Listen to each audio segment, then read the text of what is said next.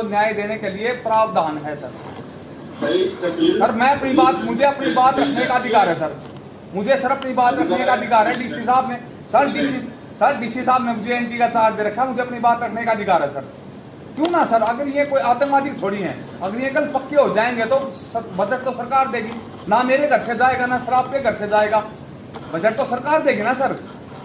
अगर as per law अगर case proper तरीके से पुटअप हो जाए, क्या मेरा जाता है सर, क्या आपका जाता जी? मेरी 9 साल की सर्विस में मेरा 10वां ट्रांसफर है सर। ये मैं पर्सनली नहीं कहने लग रहा सर, मैं सिर्फ ये कहने लग रहा हूँ, जहाँ पे हम जाते हैं, कोई वीसी हो जाए, कोई वीडियो कॉन्फ्रेंस हो जाए, कोई इलेक्शन हो जाए, सबसे ज्यादा बर्डन हमारे इलेक्शन डिपार्टमेंट के डाटा एंट्री ऑपरेटर तथा जूनियर प्रोग्राम के ऊपर होता है सर। तकरीबन ये कहा जाता है assistant is the backbone of the office, but assistant is not backbone of the office.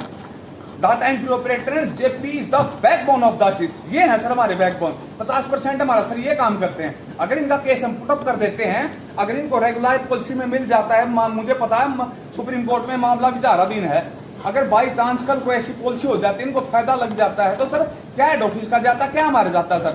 ना हेड ऑफिस के जेब से पैसे जाते हैं, ना मेरी जेब से पैसे जाते हैं, इनको हो जाएगी।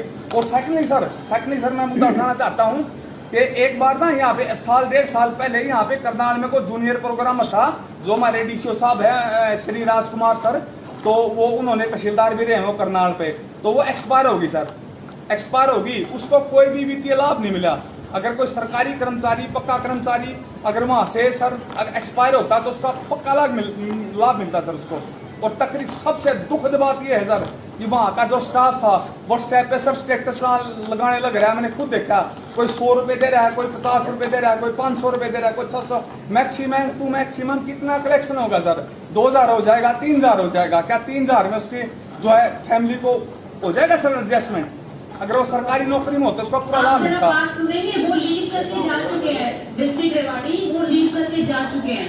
अच्छा, बड़े घटिया। अच्छा,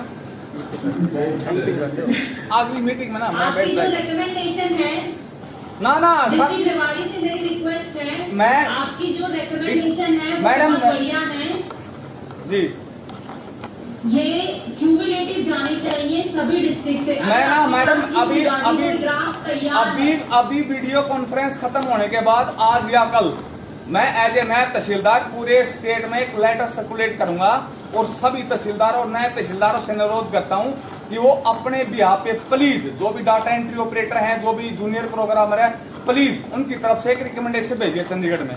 ड्राफ्ट मैं भेज दूंगा आपको, उस हिसाब से भेजिए प्लीज, भेजिए प्लीज, क्योंकि इनको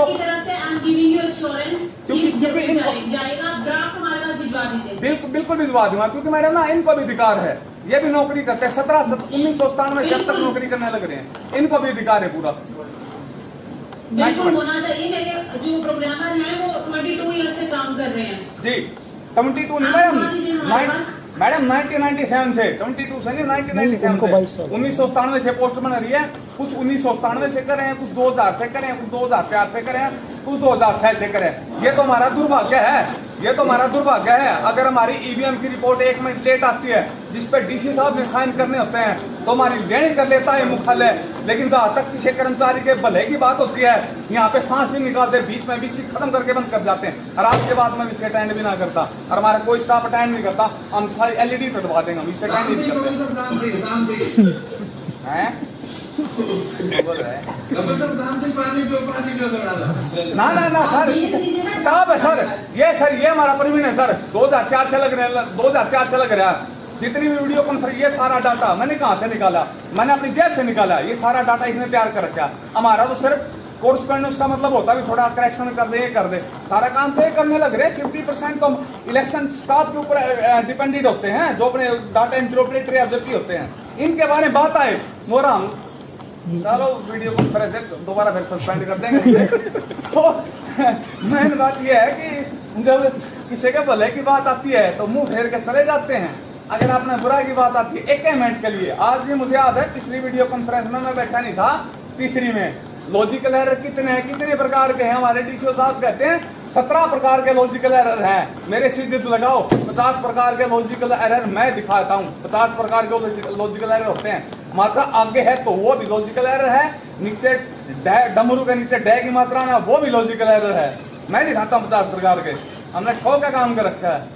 तो ठीक है, अपनी बात आई, किसी के भला करने की बात आई, मुंह ठाक अपने जैसे बाबा रामदेव भी सलवार पर के भाग गए थे, आपने बात आई तो अपने सलवार पर के भाग गए।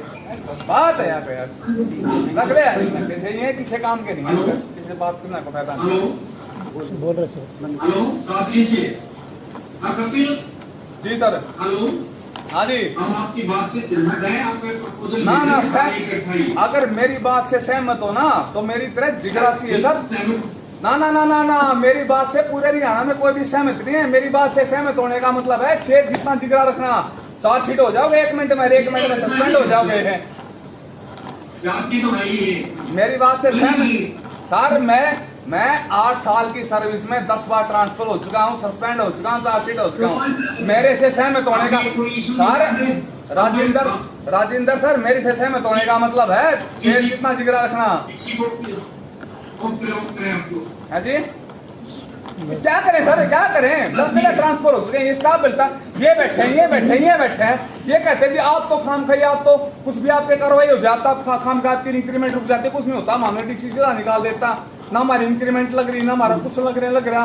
इतने साल से हम काम करने लग रहे हैं, आप 2015 में आए हो, ये 2004 से काम करने लग रहे हैं, अब भी हमारी तनख्वाह 20,000 रुपए। क्यों ना सर, अगर हम स्टाफ से काम करवाते तो दर्द दुखता ना सर स्टाफ का।